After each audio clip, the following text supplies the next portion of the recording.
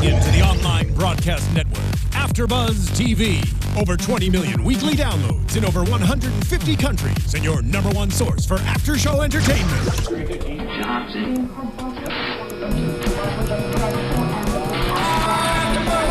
AfterBuzz TV, the destination for TV superfans, producing after-shows for over 300 of your favorite TV shows, interviewing celebrities and showrunners, and bringing you behind-the-scenes exclusives. All thanks to E! Entertainment's Maria Menounos, producer Kevin Undergaro, and internet leader Akamai. Now, let the buzz begin!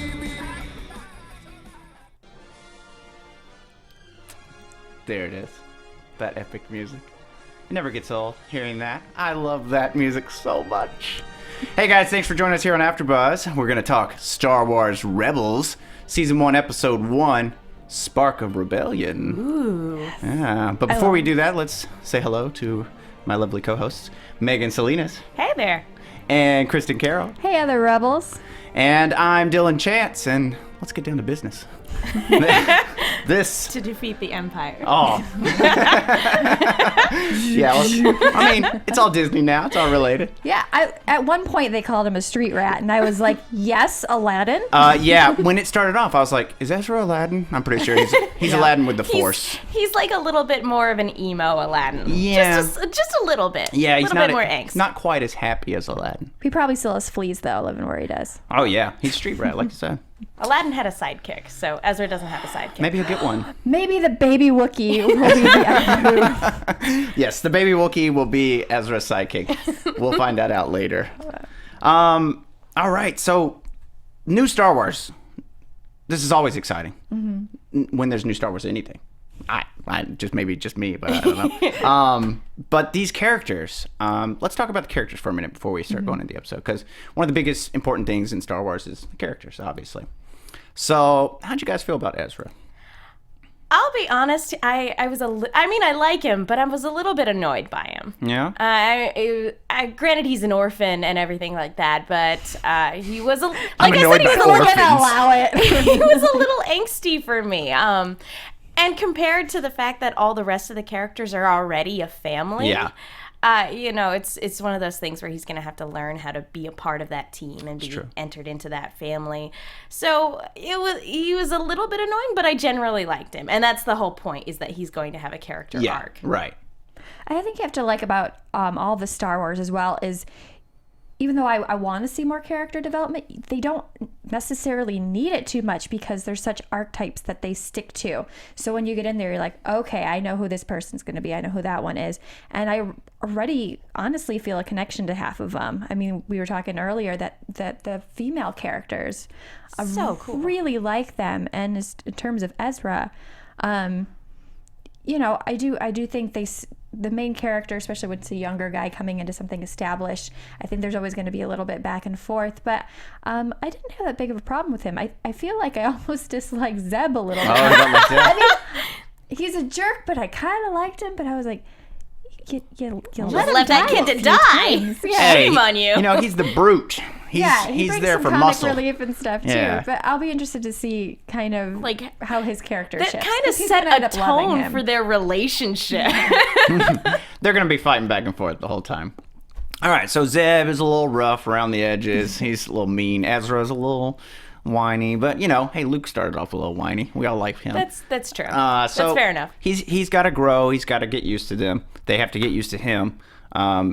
That's something I thought was a little interesting about this is there's no real backstory, which kind of is thrown into this story. You learn a little bit about Ezra, and you learn a little tiny bit about all the other guys, but not so much. So I'm very interested for this to keep going and for us to learn all of these backstories. It's going to be exciting. Some of the backstories, there was a book. I don't know if everybody knows about this, but there was a book. I'm going to show it right here. You can see it right there. It's called Star Wars A New Dawn, and it takes place before the series. And it's actually all about Kanan and Hera meeting. And it's pretty fun. Because Kanan is just living his life, trying to hide the fact that he's a Jedi, or was a Jedi. I guess he still is, but he has to hide it, obviously, because the Empire is trying to kill them all. Was he ever able to complete his training? I haven't read the book yet. No. The Order 66, which is the order that the Emperor executed to the clones that made them all turn on the Jedi and told them that the Jedis were all traitors, blah, blah, blah. And obviously Anakin went crazy and started killing younglings and whatever.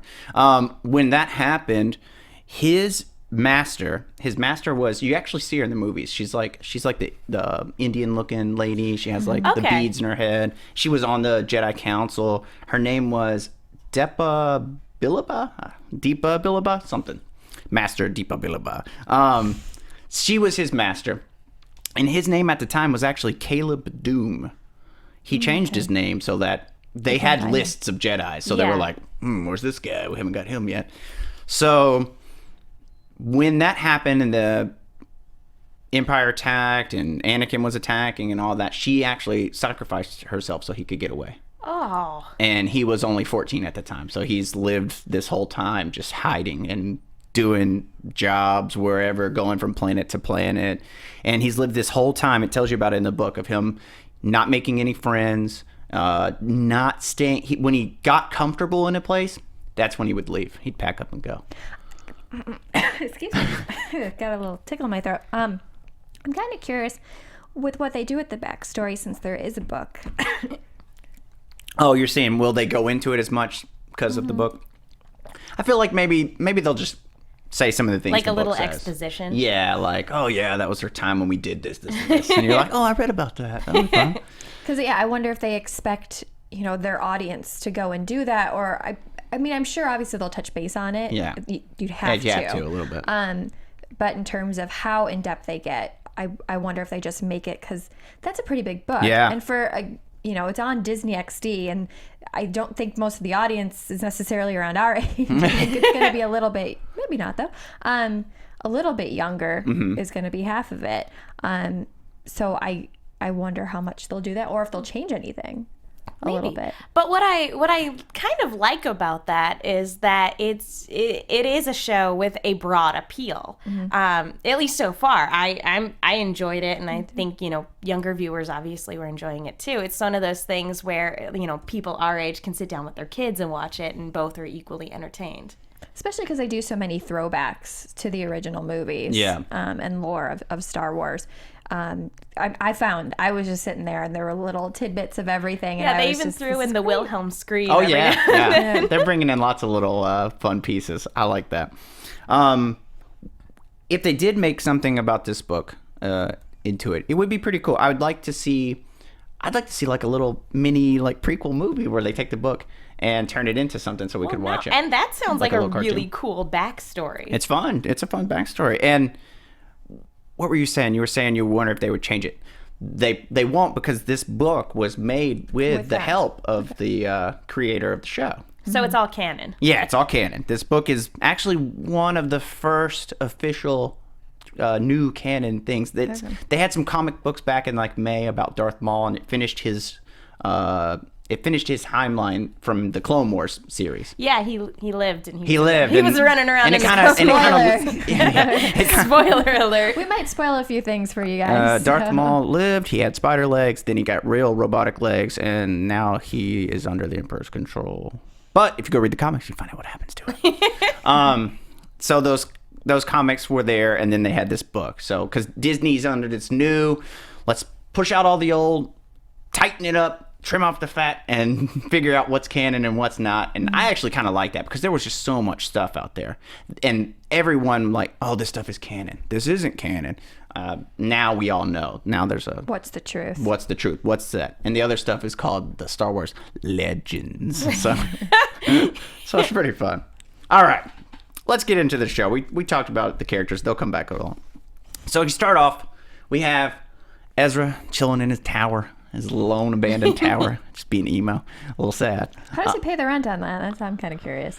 It's so far out there, nobody cares. No one comes out there. It's fine. He goes to another tower when he has to pay the rent. And the big Star Destroyer comes over. And that's the first time I think we see a Star Destroyer. Mm-hmm. That's exciting. I was like, That's like opening shot. Yeah, Star Destroyer. Because Good in shot. the movies, you see the Republic commando ships, and they're kind of like Star Destroyers, but they're not as like menacing looking. They look more friendly. I think when you have rebels in your title, like you just got to start right at the meat at it. Let's get it. Yeah, right in the guts. What I really liked was Kanan is down in the streets, right? And Ezra doesn't know that, and he's up on the roofs, and he senses something. It's pretty cool. That's when you first get your notice. I was like, how did he know he was there? And I was like, oh, does Ezra have the Force? I think he does. Totally has the Force. You'd have forced conversations with each other. Gosh. Well, I could go into so many things. There were these Jedi twins that could do that, but let's not talk about that. They both have awesome hair. There you go. Well, what I did love about that particular scene is just the system that this team has. Oh, yeah. Just like the nonverbal cues and everything like that. It's like you can tell they've been a team for a long time. They're really and good, too. They work so well together. Mm-hmm. So he sees them trying to steal some stuff, and the Empire seems to be pretty adamant about getting it back and that it's important. So he's like, oh, maybe I steal some of this stuff, too. I like that. And after they tumble around and chase Ezra trying to get it back, and then TIE fighters come. It's awesome. So Star Warsy. I love it. Every second was such Star Wars. I think they even added more comedy during the fight than we'd seen in the past as well. Because at one point, Kanan's like, "Oh, I give up," and it's like, "Oh yeah, wait, yeah." And I missed that. I watched it twice because I watched it once at work, and then I watched it here officially, and I had missed that the first time because it is such a short, small little thing, and it does show because he seems very serious most of it. But obviously he has a sense of humor, and then what you're telling me in there, where he's being flirtatious with Hera and everything, I think it'll be a slow progress to get him to be a funny character. But I think we'll definitely be seeing that. Which is nice. Seems like he's only funny like in serious situations, but in a regular situation, he's very serious. It's like serious business. And I think everybody else is having fun, so I got to be serious. Yeah, and I think that might be part of he grew up to 15 years old being trained by the Jedi, which are very like, let's be serious, let's do things, blah, blah, blah. Mm. And then he had to live on his own. So he tries to push back all the Jedi training, but he can't. I mean, it's just built into him. It's what he was raised on. Mm. But I do love that, at least. He goes, here, turn me in. And then, even the stormtrooper, he goes, what the? Well, I think that's one of the most appealing things about Star Wars is not only that it's this, obviously big, fun science fiction fantasy story, because it's basically a fantasy story only in space, but the kind of the sense of adventure and the sense of fun, and you don't necessarily get that with a lot of other kind of sci-fi. And that's one of the things that keeps people coming back to Star Wars. Oh yeah, so good. And this show does a really good job with it, as just like the Clone Wars did, where they can. It feels like you're still watching a Star Wars movie, but at the same time, you still get that cartoon fun, and that's what I like about it. So let's see. After that, they get on the ship, they get Ezra, they're taking him out, and they're gonna go out and save some Wookiees, right? Mm-hmm. That's the idea. That's the plan. Well, yeah. After they drop off the guns. Oh yeah, the weapons that they do, and they have an exchange with. Yes, because that's when Ezra learns he is he likes helping people, but feels bad about it because he didn't really help. Yeah, all the people, they're passing out free food. Yeah, the Yogans. Have some Yogans. And it's just like, it looks like a big grape or something. I didn't do anything. It looked like a purple cabbage. Yeah, it didn't look super appetizing, but, I guess beggars can't be choosers. And it's free food. Yeah. Don't turn down free food. No. I like that the one guy, like, hugs him. He's like, thank you. He's like, oh, I didn't do anything. So, what did you guys think? I want to skip to the part where Ezra sneaks into Kanan's chambers, and he's being called by something. Did you guys know what that was when he pulled it out of the drawer, the holocron? No, the little Rubik's Cube thing. No, I missed that. Obviously, the lightsaber is the lightsaber. Oh, yeah, the lightsaber is the lightsaber. I was so excited when I saw him pull the holocron. I was like, oh my God, it's a holocron. Because they always have, recorded things. You can only open with them 4, so they're very like for Jedi, so they can pass around secret Jedi messages. So I knew it had to be Obi-Wan coming in, because we have heard before the show started that the voice from Obi-Wan in the Clone Wars would be making a special guest appearance in this episode, and it was great.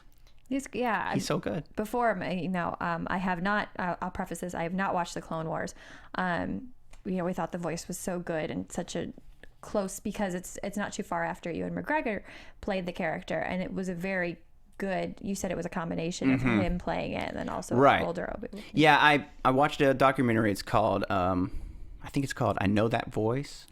Oh, that's the documentary that John DiMaggio did. Yeah, John DiMaggio and the other guy, I can't forget his name, but his I'm actually friends with his brother on Facebook. Anyway. I would say name dropper, but you didn't drop the name. I forgot his name. But anyways, in that documentary, the guy, I think his name is James Taylor. I think Steven might know. Steven, I think you might have interviewed him or talked about him on The Voice of.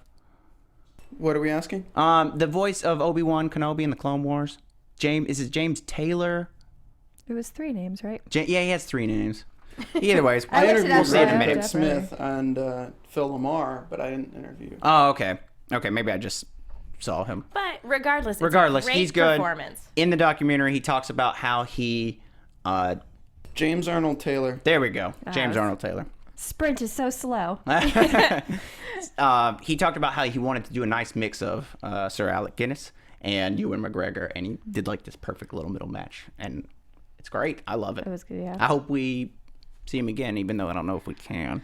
I don't know, because you said this takes place a couple years before A New Hope. Yeah, it's like 5 years, I think. Obi-Wan is now an old man. That's true. And so I imagine that it would probably be less Ewan McGregor in the voice. Yeah, more Sir Alec Guinness. Exactly. So we forgot to mention that. This is like 5 years before A New Hope. So, I mean, all the characters that we know and love are running around out there. Ready to make cameos? Ready to be on the show, huh? Can we see some Chewbacca? Maybe some Han Solo? Then it has to be, I wonder how much they have planned out. I know they already got picked up for season 2. Oh, yeah. How many seasons... can they go with 5 years time span as well 5 until seasons. You get to be that's it. That's all they're signed up for. And what I worry about a little bit is something a friend of mine refers to as doomed prequelitis, is when you have something that takes place before something else that's established. And obviously, you can only go we've so never far. seen any of those characters before. It's kind of like a Halo Reach type territory. Well, Bates Motel does it pretty well, and that's kind of a more recent one where you're seeing hints of what's to come with Psycho, and that's kind of exciting. And I like that. Again, we're seeing Obi-Wan. We're supposed to see C-3PO, R2-D2, and all these, little tidbits. Which is great for the characters we're looking forward to. Less great for our current cast. Yeah. It makes me worried, that's all. Kanan can't be running around forever because at one point Luke is the only Jedi. So, spoiler alert. Kanan might not last very long. Which says a lot about Ezra, too. True that. So, see, this maybe is... he goes back into hiding. Maybe he's like, It's I retire. true. I'm going to go off with never Hera. She's finally saying okay to me. We'll go off way out in the middle of nowhere and they'll forget about us. In the Clone Wars series, there was a character named Ahsoka, and she was the Padawan of Anakin.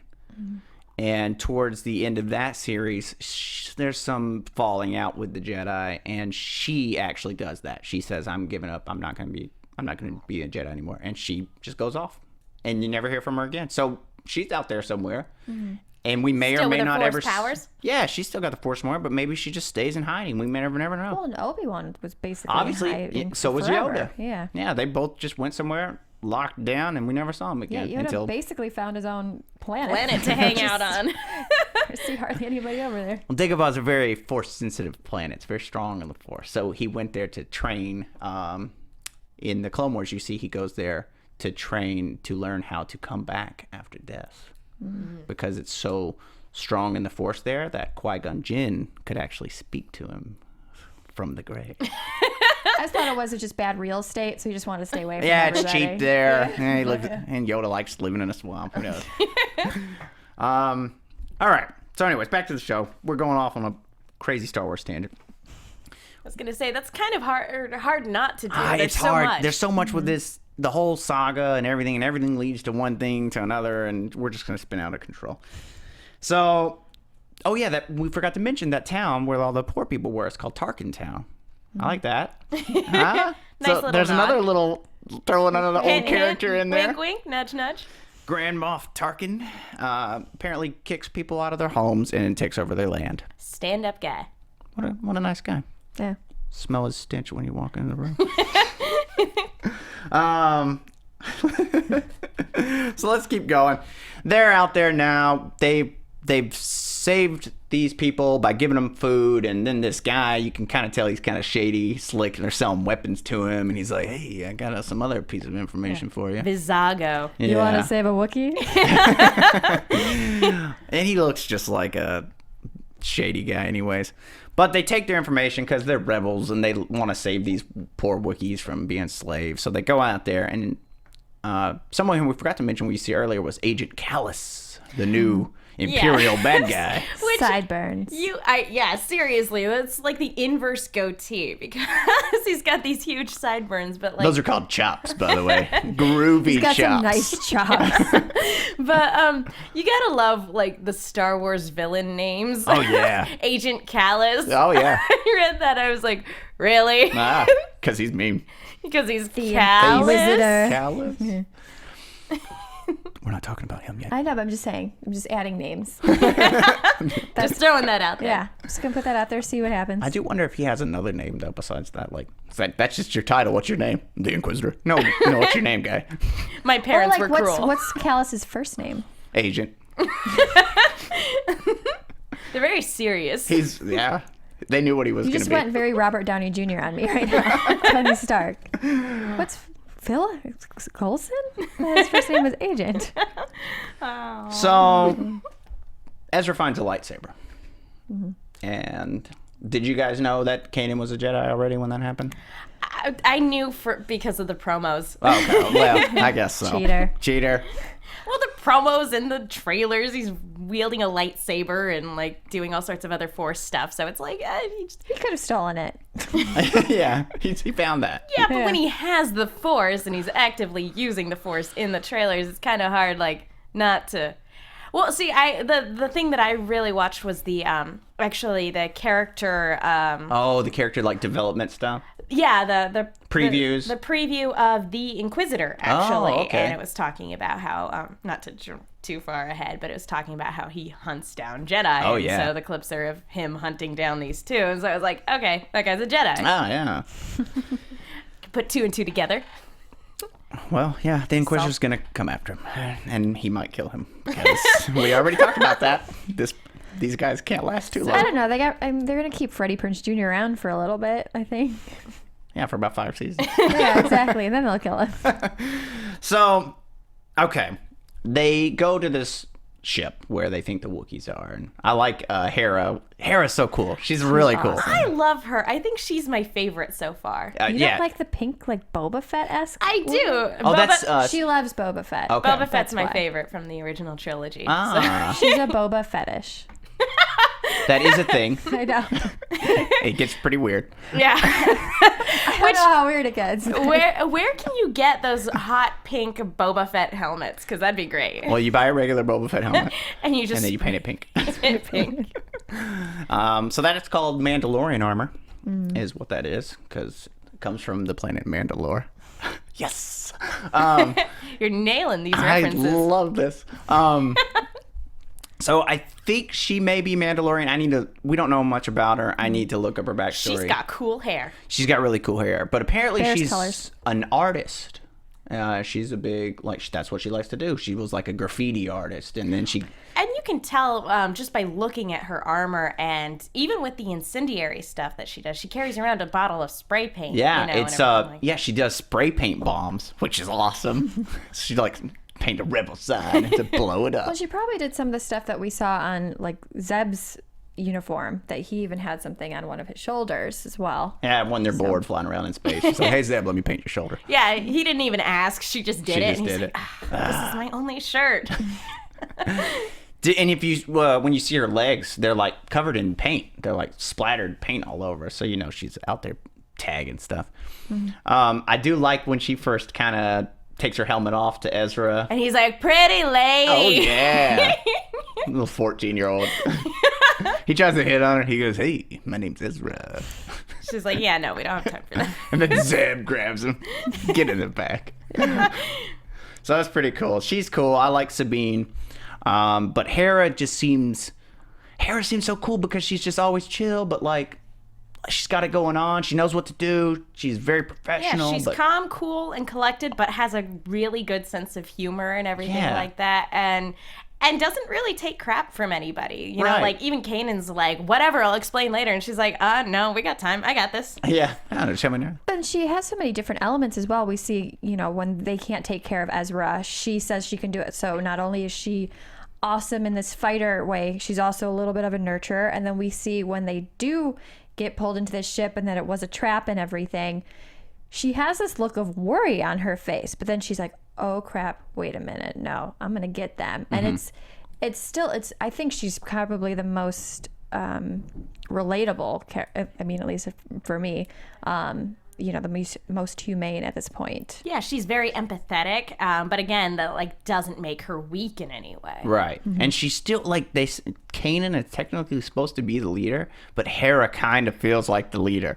A little bit, because it doesn't actually feel like there is a leader. Yeah, because they are so much of a team. Right. She's just letting Kanan say he's the leader. It's like, yeah, sure. Which is what she does in the That's book, cute. by the way. He kind of is always just like flirting with her and following her around like a puppy dog. Even when they take the vote, you know, again, not to jump too far ahead, but she's like, you have the deciding vote. But it's like, you know, Yeah, you know don't. who's calling the shots. It's like most couples. I wonder, you think they're going to have a thing?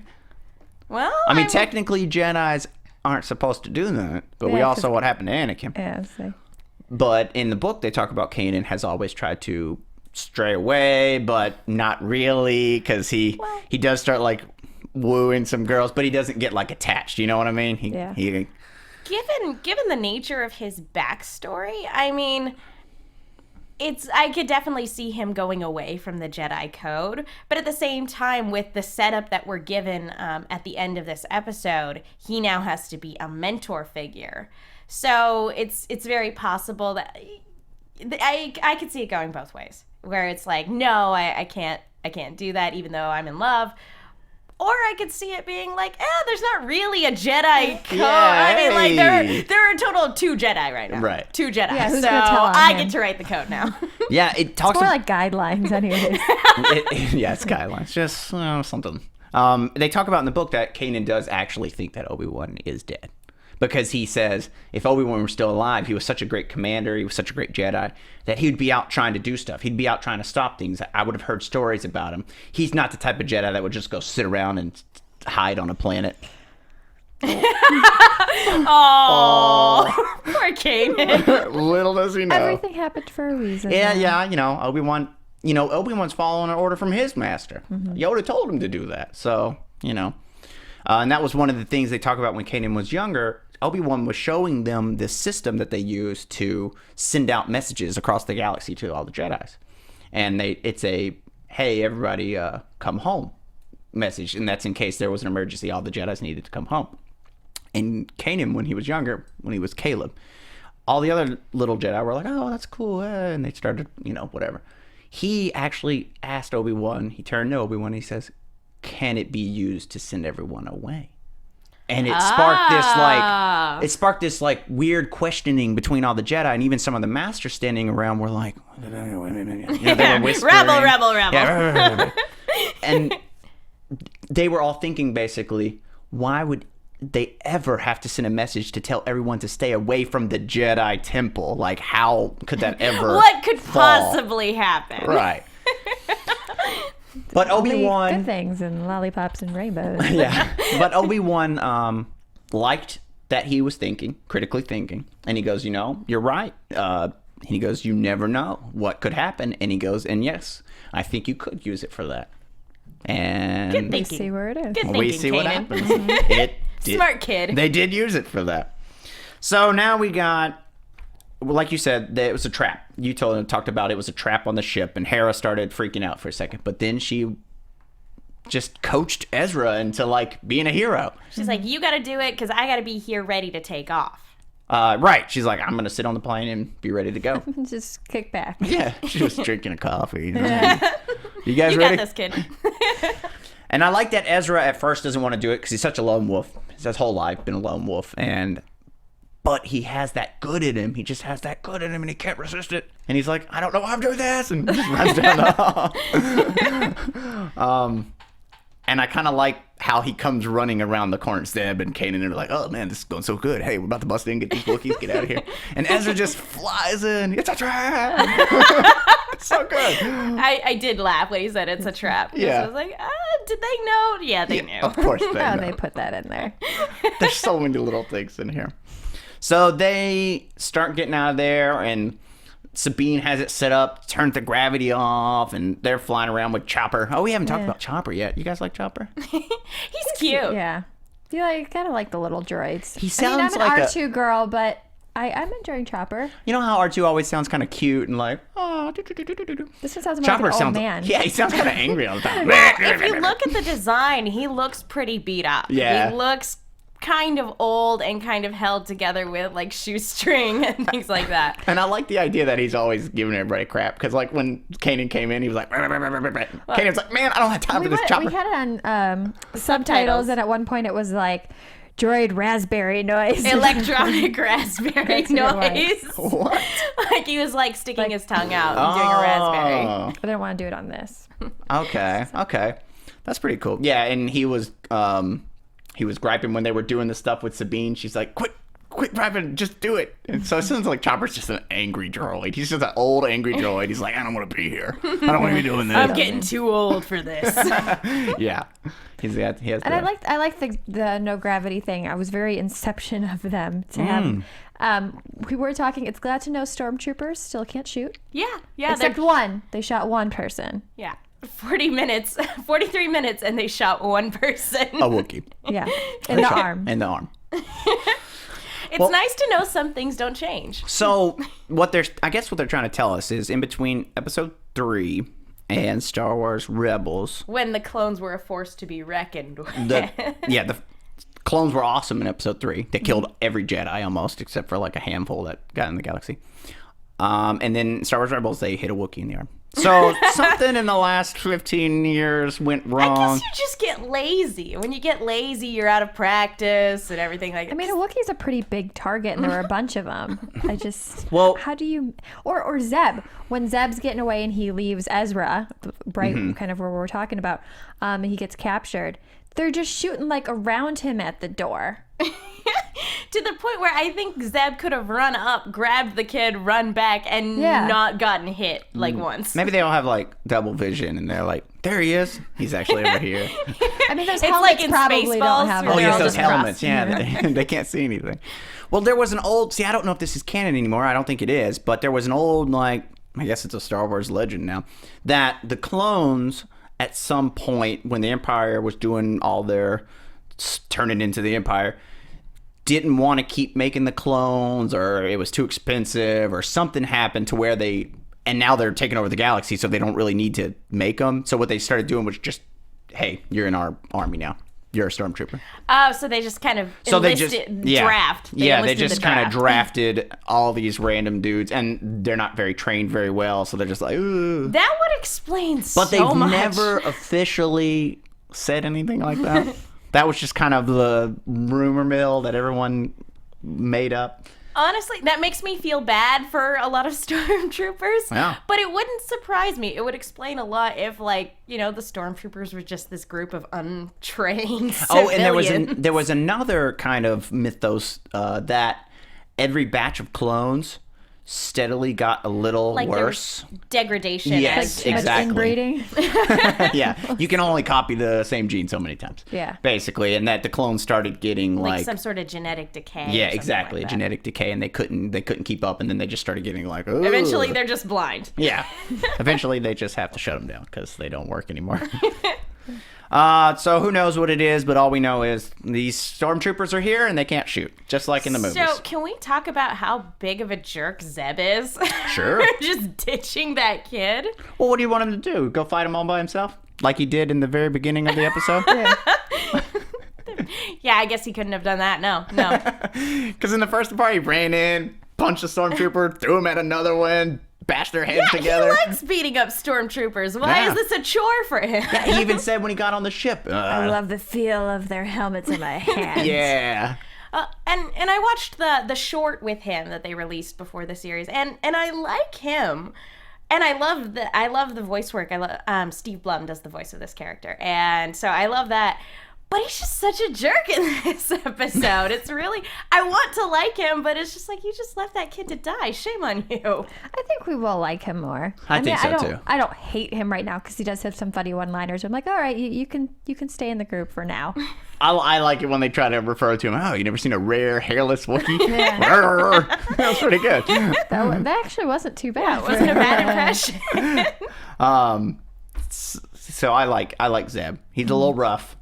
But I think around it's the also edges. because he's one of those big tough guys, so it's hard for him to show emotion. So Which is funny because they make him really expressive, and even after the door closed, he sunk to the Yeah. ground, and you I could think tell it he was- felt really bad for yeah, it. it was starting to hit him like, oh, why did I? Oh, I did it. whoops! Oh, And he was quiet when he came into the cockpit, and he was like, So guys, "Hey, I thought he was with you." And I love that they can tell right away when he's lying. Oh yeah. Again, they're like a family. yeah. And Alex Sabine, Zeb, what did you do? She thought he killed him. Like, I didn't do anything. So that was a trap. Agent Callus now has Ezra. Mm-hmm. They take their vote and they decide we're gonna go back and save him. And I'm pretty sure it's because Kanan knows that this kid has the Force. Kanan knows that he could be a Jedi. He could be an asset to And them. Hera knows too. Well, yeah, because Kanan, they talked. Yeah. And so they sneak back, which is awesome.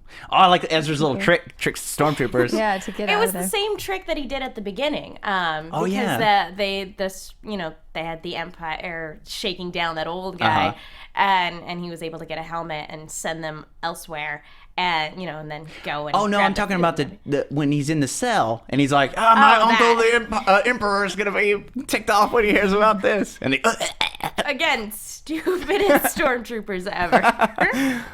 pretty good. He's like, see you guys.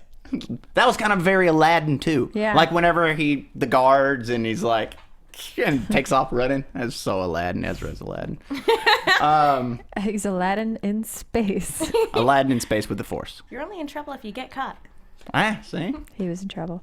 He was in trouble.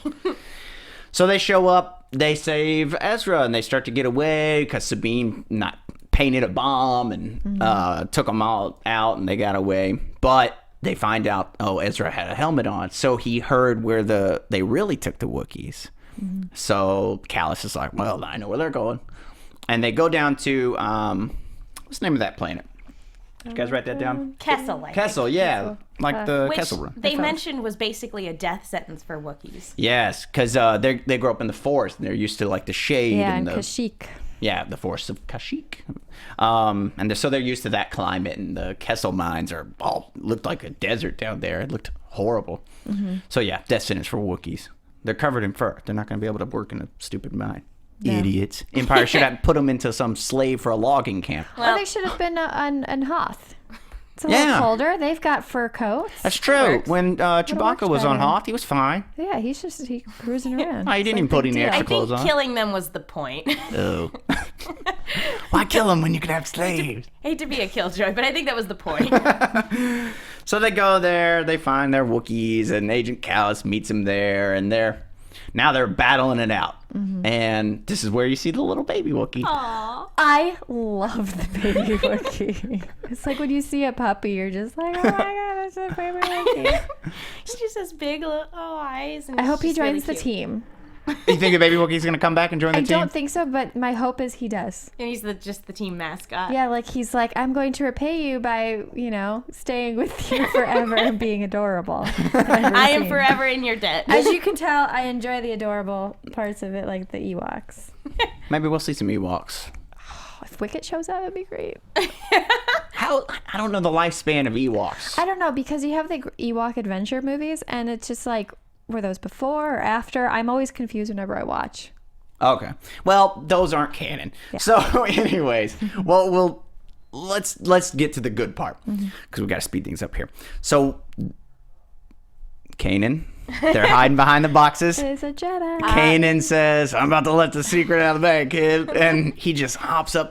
He just starts walking through the blaster fire. It's flying by his head. He starts putting his lightsaber together. Callus is like, what the heck is going on? He makes them all stop shooting. And just lightsaber comes out. Oh, that's so epic. I loved the reveal, and we were talking about this as we were watching it, that for everybody else that's like a huge reveal, Ezra should have been able to figure that out because of the whole, Jedi message thing and the lightsaber. Yeah, but just seeing it, though, even if you knew, oh, this guy's a Jedi, the second you see him be a Jedi, you're like, oh, nice. Okay, fair enough. I'm hanging with this guy. Ezra runs off after the baby Wookiee, and Kallus sees him running off after him, and he chases him down. And Kanan and all those guys are using this distraction to get the other Wookiees onto the ship. Yeah. So while that's happening and Ezra's over there, you see Ezra use the Force, because he does a crazy Force jump over that stormtrooper, and it's like, whoa, no normal guy can do that. He uses his crazy magic slingshot, whatever that is. That's pretty cool. He gets him out of the way. Did you hear the scream? The Wilhelm scream. There it is. Yep. Yeah. He falls off the edge. And Kallus shows up. And Kallus is now under the impression, because he saw him do the Force jump, that he is a Jedi too. And that he has found a Master Jedi and an apprentice. Mm-hmm. And he's like, very rare. As opposed to just two schmoes. Just two regular dudes that he kills every day. These are two Jedis. Oh, okay, that's cool. He gets a star for those. Yeah, he's gonna get a promotion. Yeah, his boss. He needs higher pay. And I like that. Ezra's like, he tries to pull the lone wolf thing again. He's like, no, I work alone. But then ship comes up. Kanan standing there with a lightsaber, all epic. He's like, not today. It's very, very cool. Knocks him off the edge too. They get the baby Wookiee. They save the baby Wookiee, and they I'm so excited. fly off. My favorite part in the whole show was right after that. Where he kicks off the guy. Yeah, they pan down. Agent Kallus is hanging on for dear life. Stormtrooper's climbing up, and he goes, "Oh, first time you ever seen a Jedi?" He just kicks him, and he falls down in the pit and dies. And I'm like, man, that is messed up. That is Kallus. Oh no, shame on me. That deserves to be booed. I'm sorry. No, that's terrible. We'll just give a oh. We won't boo you. Let's go. No, I deserve to be booed. That's terrible. I thought the sad all was for the poor little stormtrooper that just fell to his death. Seriously, it's like that's your subordinate. That's not cool, dude. Oh, first time you ever seen Jedi? Just shows how expendable the stormtroopers actually are. They are. Stormtroopers are very expendable. It's sad. It's a sad life to be a stormtrooper. Yeah. Think about all the lives that were lost on the Death Star. Let's have a second of silence for the stormtroopers. All right. That's enough. I really love those like little demotivational posters where it's like the stormtrooper like sitting on a bed like, I had friends on the Death Star. Yeah, those poor guys. Okay, so now that happened. We're out there. Kanan is a Jedi. Now the Empire, Kallus knows about it, so he goes off. And you see at the very end of the episode, he's calling somebody and doesn't look good. This guy looks pretty evil. And he talks about how he met a pair of people that were particularly good with a lightsaber. And so that's the Inquisitor that we spoke of earlier. And he says, very good, contact me. And he stares evil into the camera. So that's how it ends. And so now we know there's this Inquisitor dude who's going to be hunting down Jedi. And The big bad. The big bad. He's the bad guy. That's it. That's where we're going to be running from this whole time as a rebel. Quick question. Would you guys be rebels or you join the Empire? If I get to hang out with like Hera and all those crew, like that'd be cool. Do you ever see the YouTube video of the little girl that like bows down to Darth Vader? I probably would have been that kid like at that age, and I would still probably think about it where I'd be like, I'm going to infiltrate the Empire. You're going to be a Baltan spy? Yeah. Many Baltans died No. to bring us this information. I don't want to die. Remember that line? I'm going to live. Yeah, that lady always creeped me out. I'm just going to put that out there. What's She's just like in this big white robe, and she almost looked like from a cult. Every time she said that, I was like, ooh. What's her name? Mothma, something like that. Something like that. Yeah, and Balthans are like dog people, anyways. Something funny. They talk about them, and we never see them. How about you? Would you be a rebel? It depends. Am I a Jedi? Do I have force powers? Because, I don't know, being a Sith might be pretty cool. They kind of control everything. But, I don't know, I'd probably be a rebel. I'm already a rebel in real life with the government. I'm always like, stop government, tell me what to do. I would just be a Queen Amidala. Oh, okay. Have fancy outfits. And just kidding. I would just be Obi-Wan Actually, Kenobi. no, she dies from giving birth. Yeah, that sucks. Yeah, you guys don't want to do any of that. All right, so we got it set up. This is it, guys. I thought it was a good episode. I do. Yeah, I did have a little bit of issues with some of the pacing because it's a lot of like stuff to jam into 40 minutes. And so I did, because it's, a lot of it is character introduction. So it's a lot to get through.